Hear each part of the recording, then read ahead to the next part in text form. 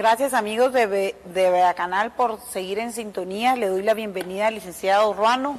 Licenciado Ruano, se le ha extrañado muchísimo en Beacanal. Demasiado. Pero gracias a Dios está hoy aquí. Nuestro tema es independencia, ¿verdad? Creo que llevamos como 3 años con de hablar para los septiembre, ¿o no? Es como nuestro... Sería la segunda vez. La segunda vez de hablar de independencia. Muy bien, independencia. ¿Cuál y de quién, verdad? Es la pregunta, pero lo interesante va a ser escuchar de sus palabras, como buen historiador que es usted, cómo fue y cómo se gestó el proceso de la independencia en el país. Tenemos 40 minutos para explicarle al pueblo. Bueno, gracias Karina y saludos a toda la teleaudiencia, verdad que no había tenido la oportunidad ni el honor de estar aquí con usted de hace algún tiempo. La independencia es un proceso que siempre vamos a estar pendientes de las discusiones y de las investigaciones de qué fue lo que pasó realmente, porque la historia no se puede reconstruir con una sola versión, ¿verdad? Los hechos suceden y ya no vuelven nunca más, solo vuelven en un texto, y son los historiadores que pueden redactar esos textos para reconstruir lo que pasó, y siempre se reconstruye en un porcentaje muy pequeño, ¿verdad? No se puede captar en un texto toda la riqueza de lo que es la realidad. La independencia de Centroamérica y de Guatemala en particular, hay que entenderla siempre como un proceso muy global, macro, del cual lo que pasó en Guatemala, en Centroamérica, es apenas un elemento de algo más global.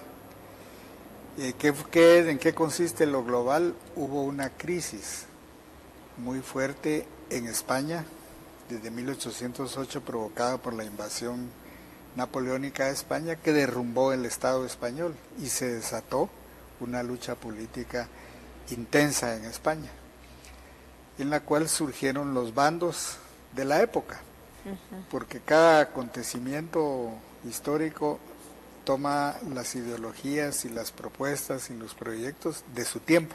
Eso es a nivel mundial. A nivel mundial.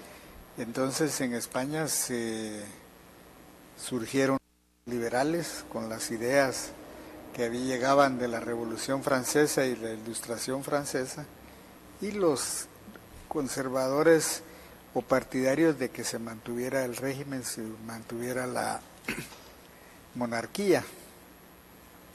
Usted sabe que Francia, la Revolución Francesa, es la fundadora del mundo moderno, desde el punto de vista que fue la que creó el Estado con 3 poderes separados. La República. La República. Entonces, cuando invadieron los franceses España, y los españoles se levantaron en lo que ellos le llaman la guerra de independencia, así le llaman todavía los españoles a la lucha para expulsar a los franceses, afloraron todas estas ideas.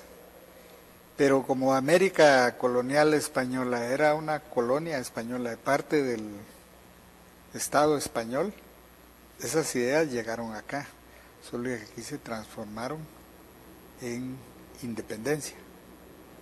Lo que los españoles liberales hicieron allá, crear una monarquía constitucional a través de la Constitución de 1812, la Constitución gaditana, como se dice, en América esto se convirtió en una lucha por la independencia encabezada por los liberales.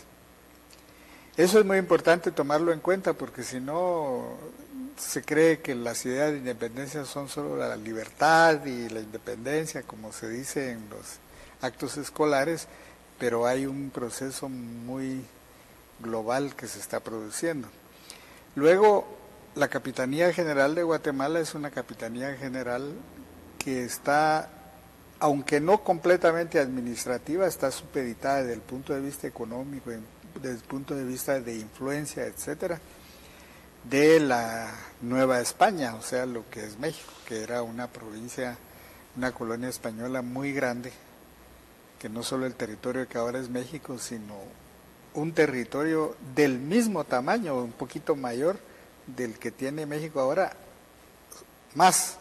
O sea que si hoy por tiene los estados bajos de Estados Unidos y los California, del norte de México, digamos. Texas, California, Nuevo México, etcétera. Si México hoy tiene 1.000.000 más o menos de kilómetros cuadrados, la colonia, la Nueva España, tenía 2 millones y un poquito más. O sea que lo que perdió México con Estados Unidos es montón, un poquito más de lo que tiene ahora, ¿verdad? Entonces, para la monarquía española, pensar en las Indias, como se decía, era pensar sobre todo en la Nueva España que era y México. Otras regiones, que era México. La Capitanía General de Guatemala no la recordaban mucho. Pero lo digo todo esto porque los acontecimientos mexicanos en torno a la independencia tuvieron una influencia decisiva en Centroamérica. Así como la conquista de México llevada a cabo por Hernán Cortés decidió la forma y todo lo demás de la conquista que hubo en este territorio en Guatemala, porque Pedro de Alvarado era un lugarteniente de Cortés, enviado por Cortés en una misión, y vino a hacer lo que hizo Cortés en México. Acuérdense que eran los primeros conquistadores, la conquista estaba tomando forma. Pues de esa manera, como fue la conquista, así fue la independencia. Prácticamente los acontecimientos de México influyeron decisivamente en Guatemala. Ahora, ¿qué fue lo que pasó en Guatemala? En Guatemala, como en todo el continente, toda la colonia, había ya grupos económicos poderosos. Hijos de los españoles que vinieron. Sí, todos los descendientes de los criollos, lo que ya eran los criollos, que eran ya grupos económicos poderosos que ya pensaban que podían ser ellos Estado, que ya pensaban que ellos podían gobernar, no tenían por qué esperar las disposiciones que en muchos casos eran muy arbitrarias de parte de la administración española.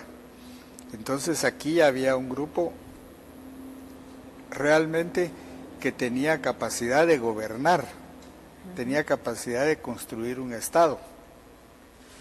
Ese grupo es el que comúnmente pues se denominan los criollos. Había familias muy poderosas, pero como la capitanía era todo lo que ahora se conoce como Centroamérica, pues en cada región de lo que ahora es cada país había un polo económico y político. En Nicaragua estaban un grupo importante, en El Salvador, en Honduras, en Costa Rica y en Guatemala. Pero Guatemala, por ser la capital, tenía el poder más en sus manos, ¿verdad? Tenía más poder en sus manos, sobre todo poder económico. Y había muchas contradicciones, muchas disputas con los grupos locales, los otros grupos económicos. Porque para empezar, todo lo que se exportaba hacia la metrópoli de parte de los otros países, las otras regiones centroamericanas, tenía que pasar por Guatemala. Y los comerciantes les compraban a ellos para vender afuera, pero los comerciantes guatemaltecos compraban en condiciones muy desfavorables para los otros centroamericanos. Entonces había muchos problemas de ese tipo. Eso se manifestó con los sucesos de la independencia. ¿Cuáles fueron esos sucesos? Los sucesos son, en primer lugar, lo que aconteció en México. En México, los caudillos militares que habían sido españolistas y que ya trabajaban por la independencia de México, se reunieron en una población pequeña, que todavía sigue siendo pequeña, Iguala, en el estado de Guerrero, donde ahí ahora hay muchos problemas por los estudiantes desaparecidos. En esa región, ahí se reunieron los caudillos mexicanos, caudillos militares en 1821, a principios de 1821, y firmaron un plan que le llamaron el Plan de Iguala. Ese Plan de Iguala tenía 3 aspectos que ellos le llamaron garantías: unidad, unión católicos, es decir, la religión, una sola, mantener la misma religión católica y independencia. Entonces, todo el que se uniera al plan de Iguala debería estar a favor de la independencia, a favor de que se siguiera la religión católica y a favor de la unión. Ahora, lo de la unión, ¿qué significaba? Significaba que era unión entre los españoles y los americanos. No iban a ser respetados los bienes y las vidas de los españoles y no iba a quedar ningún conflicto con ellos. Eso era lo que significaba unión. Eso lo que nos está diciendo es que se estaba pensando en una independencia que no cambiara mucho las cosas, que tanto los españoles como todos siguieran iguales. Por eso dicen, no nos vamos a pelear. Que los conquistadores y colonizadores siguieran en su status quo. Sí, todos sus ¿Así dependientes, es? sí.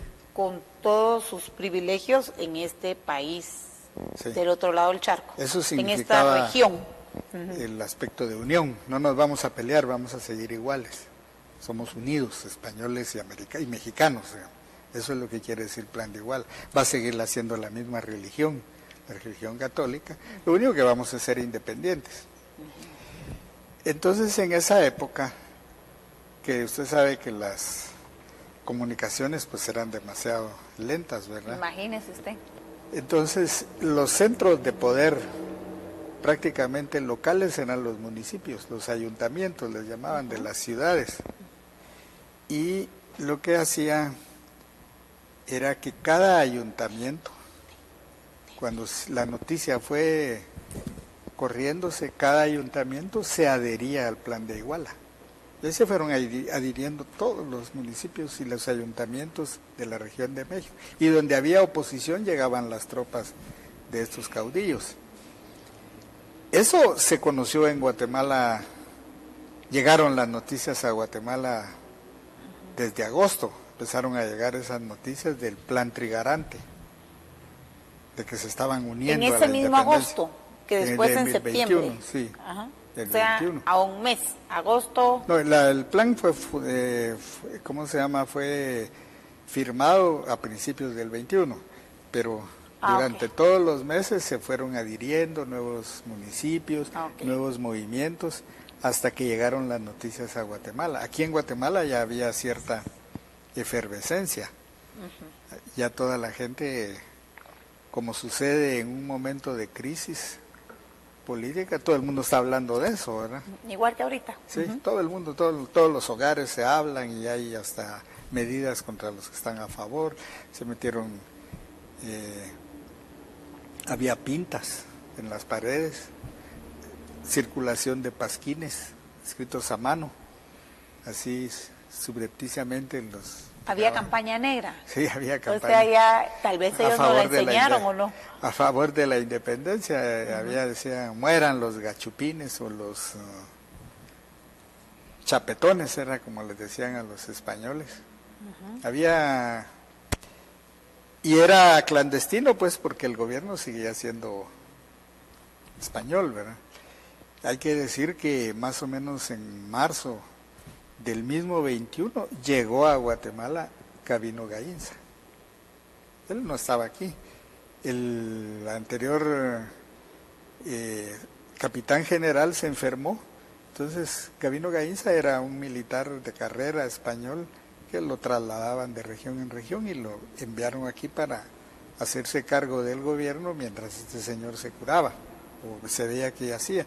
Gabino Gaínza venía de combatir a los ejércitos independentistas de América del Sur. Combatió en Chile y combatió en Perú contra los independentistas. Él era militar español y llegó aquí más o menos en marzo del año 21. Así que él era un recién llegado, era un funcionario militar español que llegó aquí en esos meses para hacerse cargo de la Capitanía General, del gobierno de todo. Pero llegó en un momento de efervescencia política. Y cuando llegó aquí, que estaba la situación así, que venían las noticias de México, entonces los grupos de poder, digamos, los que ahora llamaríamos poderes fácticos en un lenguaje moderno, pues se estaban reuniendo, viendo qué hacían. Y uno de esos poderes era la élite social y económica, porque en ese tiempo, siendo una sociedad con mucho tinte de castas, pues ser rico también implicaba pertenecer a una élite social. Ahora un rico, alguien se puede hacer rico y puede hacer lo que quiere, casarse con quien quiera, más o menos, ¿verdad? Pero en ese tiempo no. Había, digamos, ciertas restricciones de carácter social. Se pertenecía a un grupo o a otro. Por ejemplo, los indígenas eran indígenas y ahí quedaban para toda la vida. No había movilidad social. Como la hay ahora. Como la hay ahora. En ese tiempo, entonces se reunieron. ¿Quiénes se reunieron? ¿Cuál era la familia más poderosa? La familia Aycinena, que tenía, su fortuna estaba originada en el cultivo del añil, que era uno de los cultivos, era el cultivo más importante, el que le daba lo que hoy llamaríamos las divisas a la región, ¿verdad? El añil, después de un proceso de secado, en fin, se quedaba en unas tabletas azules, y así era como se exportaba, y tenía mucho valor en el mercado internacional, digamos. Los piratas que abundaban en esa época, de holandeses, ingleses, franceses, en fin, que era una manera de hacerle la guerra a España, cuando capturaban un barco o galeones españoles, buscaban, además de oro y otras cosas, buscaban añil. Era muy importante porque era muy apreciado desde el punto de vista de su valor, ¿verdad? Entonces eso era el origen de la base económica de la familia Aycinena, eran plantadores de añil. El añil también se plantaba, se cultivaba en El Salvador, pero en El Salvador no eran tan grandes los propietarios, sino eran pequeños, por eso les llamaban a los cultivadores salvadoreños de añil, aquí en Guatemala les decían los puquiteros. Y y les compraban el añil para exportarlo, ¿verdad? Entonces esta familia Aycinena con otra familia de apellido Pavón, que eran de los ricos de la época, pues eran parte de la élite, ¿verdad? Y sobre todo los Aycinena, que no solo eran de la élite, sino estaban preocupados por el aspecto, se metían en lo que sería la política. Todo pareciera como es el día de hoy. Exactamente. Se parece, un espejo.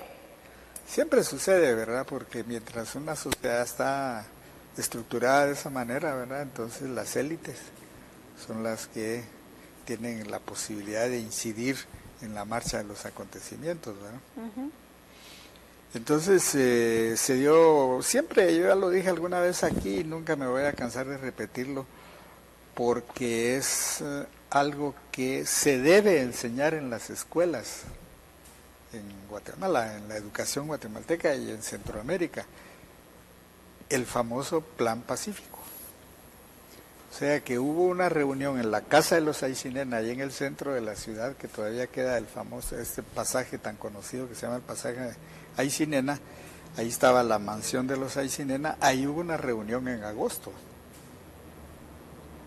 promovida por Aycinena, es un hermano, Mariano, y estuvo presente en esa reunión Barrundia, Pedro Molina, que es uno de los próceres, estuvieron presentes en la reunión y redactaron un documento que se llamaba Plan Pacífico de la Independencia, que era lo que ellos querían, que veían inevitable que llegara el reguero de pólvora, como se dice, ¿verdad? La ola de la independencia, y querían hacer un proceso, una transición pacífica de la independencia. Y redactaron ese documento. El historiador Horacio Cabezas escribió un libro sobre ese plan de pacífico. Él es el que revela, el documento fue descubierto en los años 60, ¿verdad? Pero él hace un análisis del documento y de todo el proceso, Horacio Cabezas, en un libro publicado hace ahora unos 5 años o 6 años, creo yo. Pero yo digo que es muy importante que se sepa eso y que eso se enseñe en las escuelas para acabar de una vez ya con esa idea de que se reunieron un grupo de los próceres de la independencia, los padres de la patria, y nos dieron la independencia. Se reunieron los Aycinena con los Molina. Sí. Y ahí estuvo el tema. Y redactaron su documento. Que al comparar... Y lo avaló el pueblo. No. Y lo avalaron unos del pueblo. Entonces, ahí en la discusión podemos suponer que discutieron, ¿verdad? El problema era Gabino Gainza. ¿Qué hacemos con él? Si queremos que esto sea ¿qué pacífico, hacemos con este españolete que nos acaban de mandar para acá? Que además que era un militar que había combatido. Ajá. Era, bueno. ¿Qué hacemos con él? Porque va a ser, eso es pacífico para que todo quede igual, como los mexicanos, seamos trigarante, que seamos unidos, esa es una de las condiciones, unión. Aquí pacífico. Entonces, ¿qué fue lo que dijeron? Pues digámosle que él siga de gobierno, que él siga en el gobierno.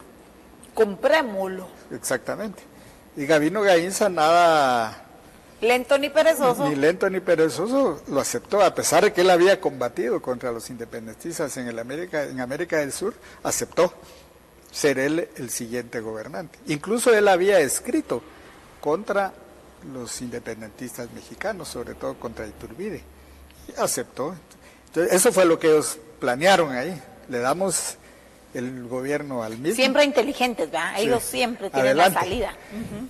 Y al comparar el documento del Plan Pacífico con la famosa Acta de Independencia, es casi lo mismo.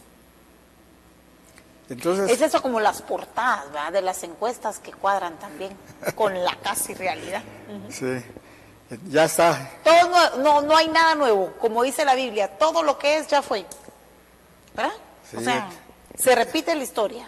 Entonces, ¿qué fue el siguiente paso que han de haber discutido ahí? Bueno, ahora convoquemos a una reunión. Ya arreglado el tamal, hagámoslo democrático. Supuestamente primero le hablaron a Gainza, estuvo de acuerdo. Entonces hay que convocar a una reunión de notables del país, ¿verdad? Otra vez la misma cosa. Pero las cosas se venían precipitando porque ya a finales de agosto, principios de septiembre, el ayuntamiento de Tuxtla Gutiérrez, que era una parte de la Capitanía General de Guatemala, se adhirió al plan Trigarante, Somos Independientes. Inmediatamente Ciudad Real, que se llamaba San Cristóbal de las Casas, y después Comitán. Ya venía llegando, digamos, la independencia, la ola de ayuntamientos, entonces había que precipitar las cosas y por eso hicieron la reunión del 15 de septiembre. Hay una cosa curiosa, el mismo día 15 de septiembre se reunieron los notables del ayuntamiento en Mérida, en la capital de Yucatán, para hacer lo mismo. Y ellos lo que hicieron allá fue adherirse al plan, al Trigarante. Aquí en Guatemala, como hay las élites guatemaltecas siempre han tenido cierta reserva con México, ¿verdad? Con los mexicanos. Entonces aquí nos dijeron, nos unimos al plan Trigarante porque somos diferentes, somos de la Capitanía General. Entonces aquí lo que vamos a hacer es un plan pacífico de independencia. Cuando hablaron con Gabino Gainza, pues él convocó a la reunión. Un traidorcito. Traicionó a la corona. Sí, a su patria. Y con la que él servía como funcionario, porque él era un funcionario español, ¿verdad? Un funcionario militar, no era un habitante. Estaba pagado para que viniera a poner orden, no para ser parte del desorden. Exactamente. Entonces, al hacer la reunión del 15 de septiembre, pues invitaron a todos los notables de la ciudad de Guatemala. Otros centroamericanos que estuvieron en la reunión, estuvieron no porque fueron llamados, sino porque estaban aquí. Era la capital, pues, de toda la región. Había unos frailes, algunos intelectuales y profesionales. El gran intelectual profesional, uno de los grandes, o mejor dicho, de los más destacados intelectuales de la época, era José Cecilio del Valle, hondureño. Estaba un fraile, José María Castilla, salvadoreño, en fin, estaban todos los que tenían cierto grado de representación de algo. Es curioso cómo... No habían ONGs en la época, aunque no le podían representar a tres pelones en un local de 2x2x2, no. No habían ONGs en la había época. no había cierta representación algunos. Es curioso también decir que Pedro Molina, que era uno de los impulsores del movimiento de independencia, no tenía ninguna representación, por eso no estuvo en la reunión, él no participó en la reunión, como se cree a veces, erróneamente. Y en la reunión al final llegaron como 53 personas. Con Gabino Gainza. En la casa de los Aycineras, siempre. No, eso ya fue en el Palacio de Gobierno. Ok. Ya lo convocó Gabino Gainza. Un religioso arzobispo, Casaus, que tenía poco tiempo de haber llegado a Guatemala, que era español y españolista, en el sentido de que él sí venía a defender España. Y Casaus después se quedó, y aquí hay familia Casaus todavía, parte de la élite. Entonces, Casaus estuvieron todos los que se ven en las imágenes de la firma de del la acta. firma de la paz, de la firma del acta de independencia, que era un acuerdo de paz, una transición de paz. Una transición pacífica. Lo tenemos en pantalla, control. Ok, en pantalla quiero esa fotografía de la época. Sí, ahí está la pintura esta, donde incluso en el billete de a 20 quetzales, ahí aparece esa escena, ¿verdad? Es una escena idealizada por los historiadores liberales de 50 años de medio siglo después. Porque los liberales de medio siglo después, como Rufino Barrios a la cabeza, la ideología que construyeron fue una ideología liberal con un punto de partida. Ese punto de partida era decir, nosotros somos los herederos y los continuadores de los próceres de la independencia, de los padres de la patria. Nosotros somos los que vamos a seguir este movimiento. Ese fue uno de sus planteamientos de carácter ideológico contra el régimen de Rafael Carrera, ¿verdad? Y sus sucesores. ¿Qué decía básicamente ese papel? El plan pacífico con la el independencia. papelito que se juntaron a firmar y que pues Gabino Gainza mordió el anzuelo y decidió que siempre sí, entonces, que habían 53 personas honorables. Pero de esas 53 personas, la mitad estaba en contra de la independencia. Pero era un clamor popular. Me imagino que lo han de haber llamado así en la época. Ha de haber sido una cosa así, pero nítida. Era un clamor popular, me imagino. Pues no tanto en este sentido. Sí, dice, pero hay que ver lo que decía el acta del documento Plan Pacífico, que fue trasladado al acta de la independencia. Bueno, en primer lugar, vamos a ir un poco despacio. Primero, la reunión. En la reunión hubo opiniones encontradas. Prácticamente la mitad estaba en contra de la independencia. Además, hubo gritos y hubo altercado. Eso se da todavía. Un altercado. Tan es así que 23 se salieron, o 28, algo así, se salieron de la reunión, encabezados por este arzobispo Casaus. Él se salió. Él se salió. Sí, con varios de ellos, con un poquito más de 20.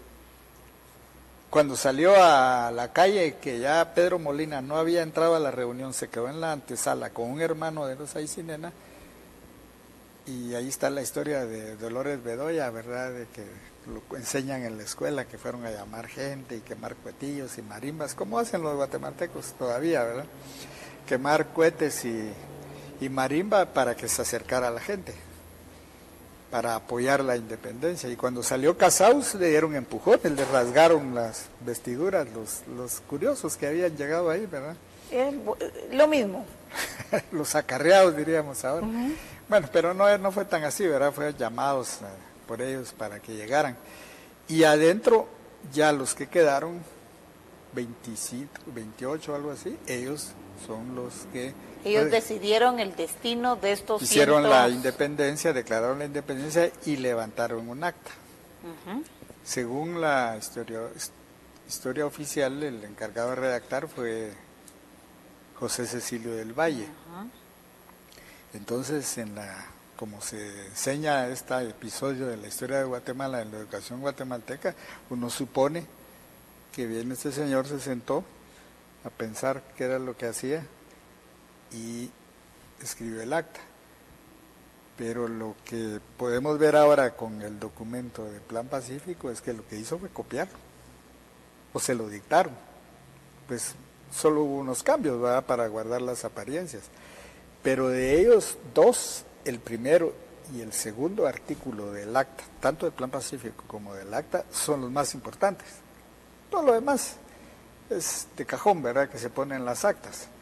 Pero siempre cuando un grupo o un gobierno cualquiera hace algo novedoso en una revolución, cuando lo primer decreto que hace es lo que nos dice a nosotros qué es lo que quieren.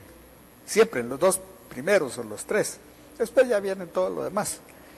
Pero el primer decreto es el que nos dice a nosotros qué es lo que quieren. Y el primer punto del acta de la independencia dice: nos estábamos reuniendo aquí por el clamor popular que usted dice, por la independencia, y la declaramos antes de que el pueblo de hecho la declare. ¿Qué están diciendo? Que nos adelantamos antes que de la gente que esto prenda. Porque si la declara el pueblo de hecho, iba a ser diferente la independencia. Hubiera sido otro gallo nos cantara, sí, como seríamos dice. otra Guatemala en el año 2015. Sí, en el mismo espacio, pero diferente tiempo, ¿verdad? Algo hubiera sido diferente, ¿verdad?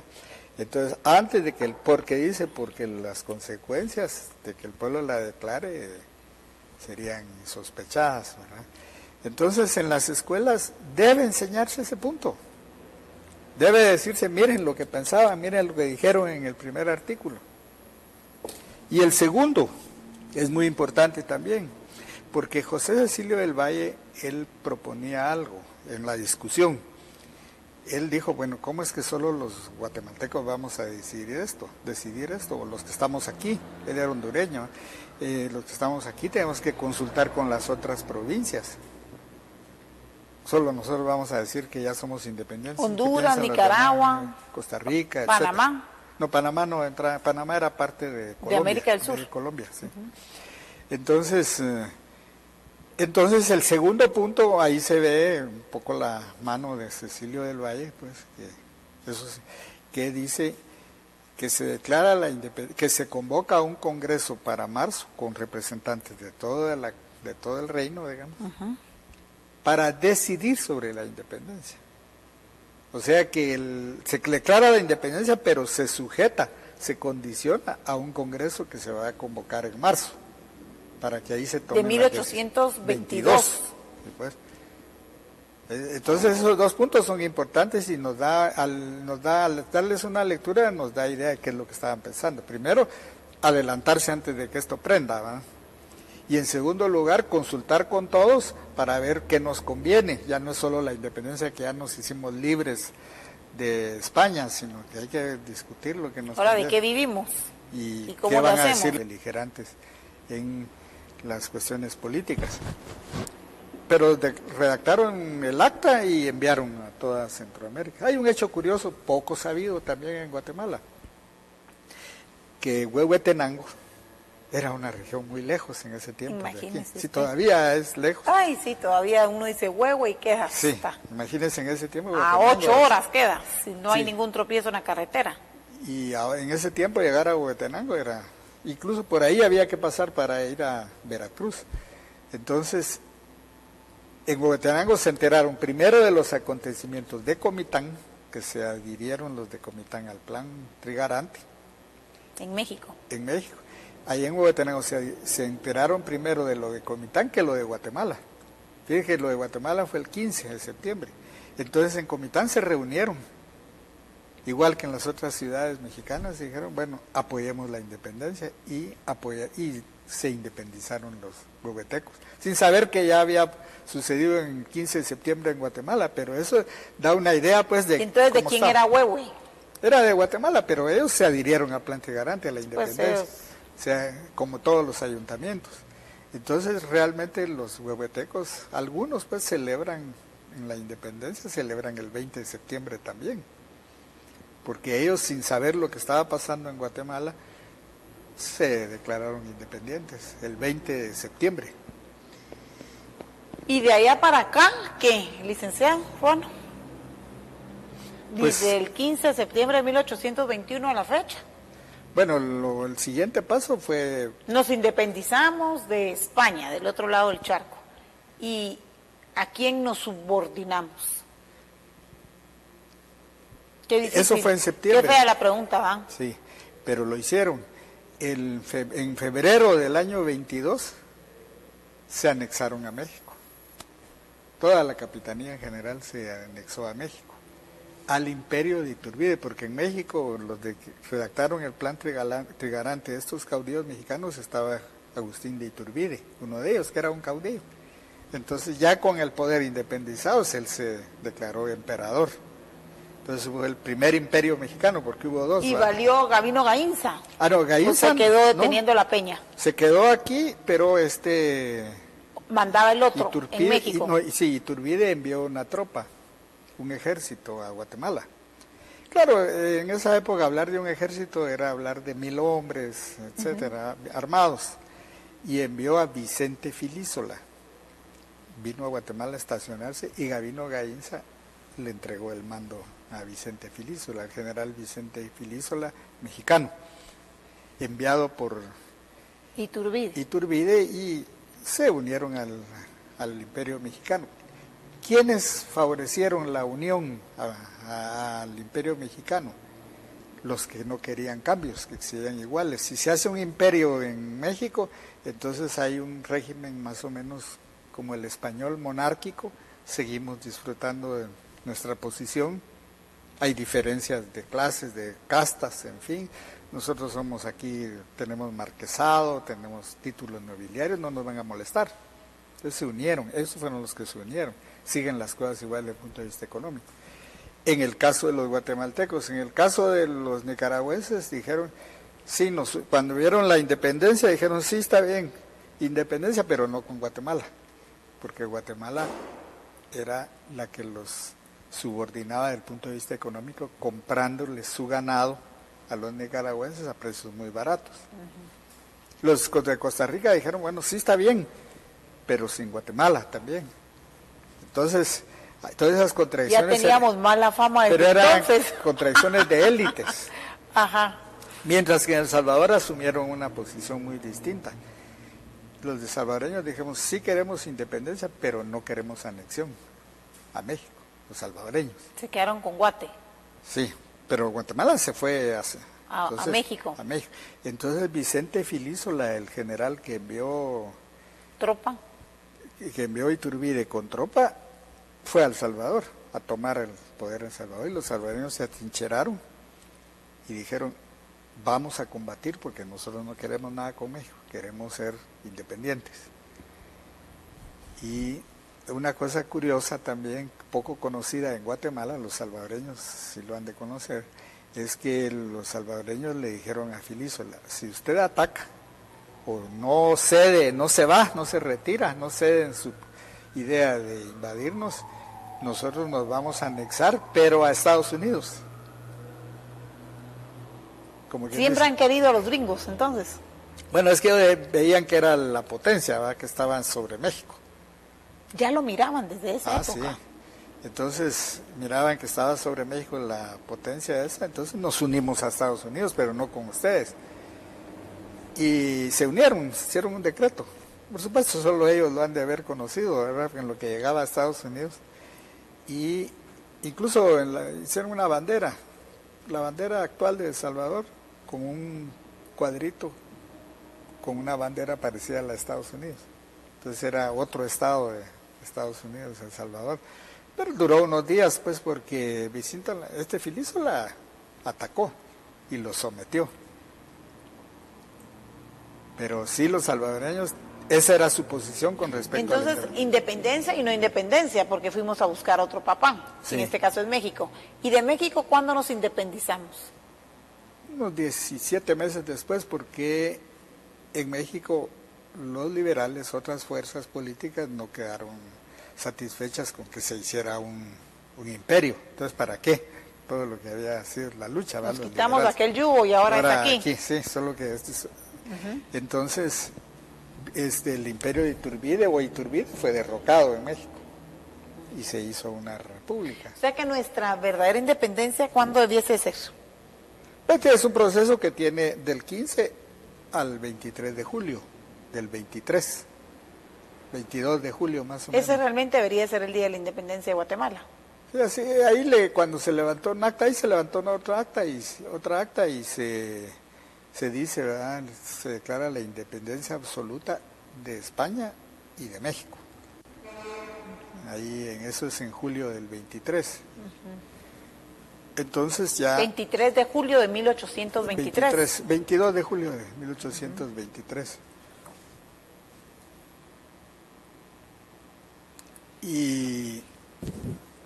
Pero entonces empezó la nueva discusión, bueno, ahora qué tipo de Estado vamos a hacer.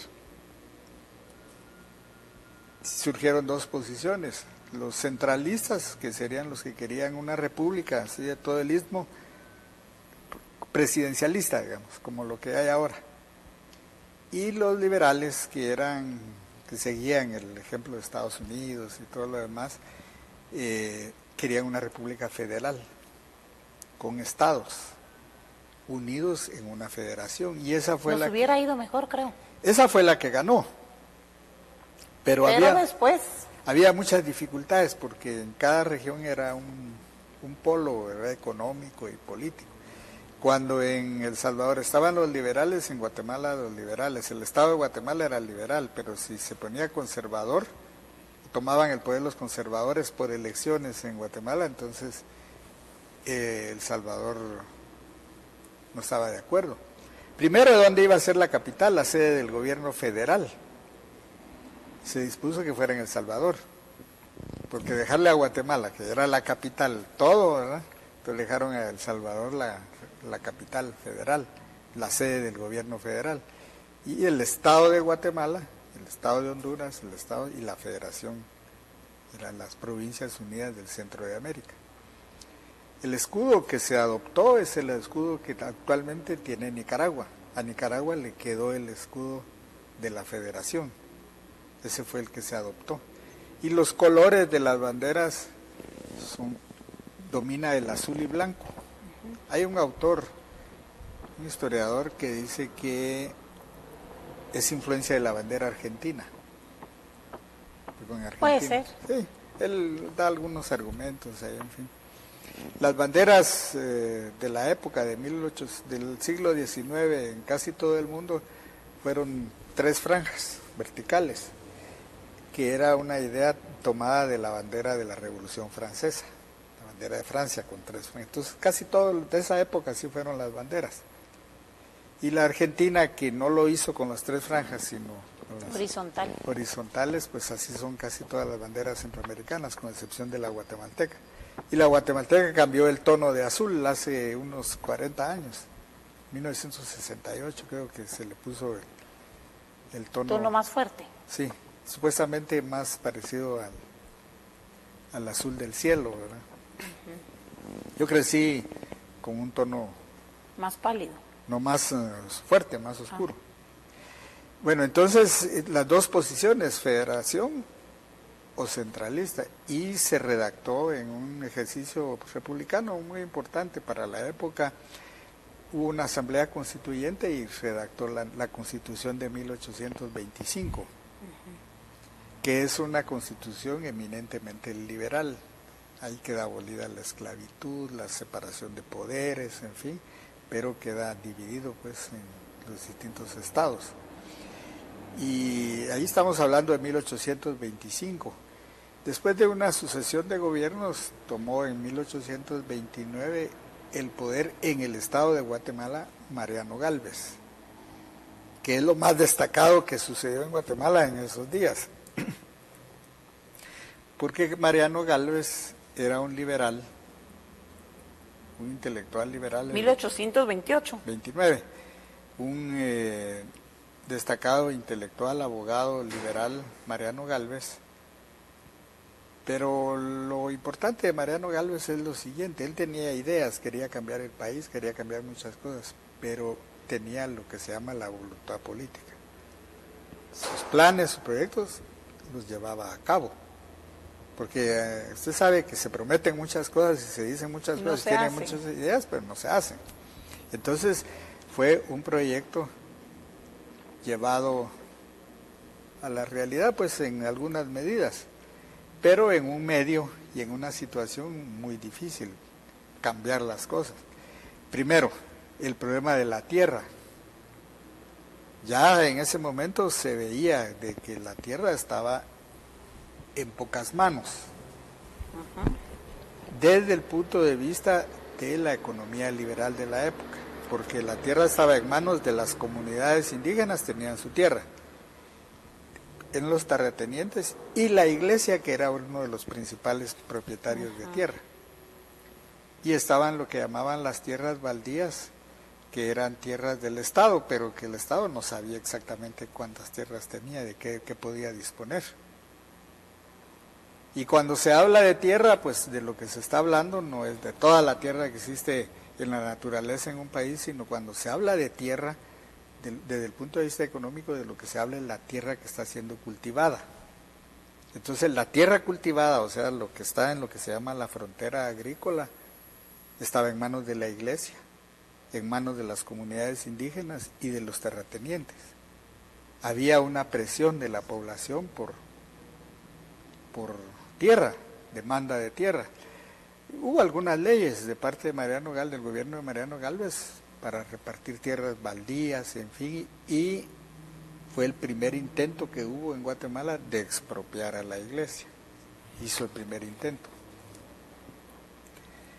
Eso, por supuesto, desató una oposición interna muy fuerte, porque la iglesia no se iba a dejar arrebatar el poder, sino más. La iglesia tenía en sus manos el poder económico, la tierra. Tenía en sus manos el aparato, lo que hoy o hace unos años llamaron en una moda que hubo los aparatos ideológicos, ¿verdad? La iglesia, la educación. La iglesia tenía en sus manos la educación. Las escuelas eran de la educación. Tenía en sus manos la salud. Eran monjas y sacerdotes los que se encargaban de la salud, de la administración de los hospitales. Tenía en sus manos lo que modernamente se llama el registro civil. Para anotar que una persona había nacido había que bautizarlo, y que había fallecido también se daba en la iglesia local, en la parroquia local se daba el aviso. Entonces la iglesia era un poder dentro del Estado, muy grande. Tenía tareas que son propias ahora del Estado, como el registro civil, la educación y la salud, y además de poder económico. Entonces Galvez hizo el primer intento de expropiación de la iglesia. Pero le cayeron algunos problemas. Por ejemplo, hubo una epidemia del cólera. Empezó a morir la gente de cólera, en la peste del cólera en Guatemala. Y él, como una persona bien asesorada también y un buen gobernante, hizo lo que se tenía que hacer, puso en cuarentena a los pueblos. Había un enfermo de cólera, ya no podían salir ni entrar. Pero eso provocó reacción en contra popular, atizado por la iglesia. Además le echaron la culpa de que esa epidemia había sido porque él también empezó con los drenajes. No había drenajes. Entonces, en los drenajes en toda la ciudad y en los pueblos, tampoco había tuberías como ahora, ¿verdad? Sino que él fue el primero que le dio salida, aunque sea superficial, había una corriente, no que quedaran las aguas estancadas. Entonces dijeron que él había envenenado los drenajes y que por eso había sido. En fin, aprovecharon todo contra Mariano Galvez hasta que lo obligaron a renunciar. No hay nada nuevo. Y se fue a México. Muy bien, interesante. Gracias, licenciado Ruano. Se nos terminó el tiempo. Es increíble, pero no sintió que habló 1 hora. Y es hora de darle paso a ABC Noticias. Si nos acompaña el otro jueves, sí, para que supuesto, terminemos. Sí. Y vamos a comenzar, si usted me lo permite, con nuestros segmentos de historia, igual como los teníamos antes, porque sí, me parece. Nos vamos a refrescar la mente de tanta política y solo nos vamos a dar cuenta que lo que es hoy ya fue, ¿verdad? O sea, se repite el ciclo. Sí. ¿verdad? Así que muchas bendiciones, A usted, Lick. muchas gracias, Bendiciones, gracias por estar aquí. Gracias, amigos televidentes. Nos vemos el día de mañana.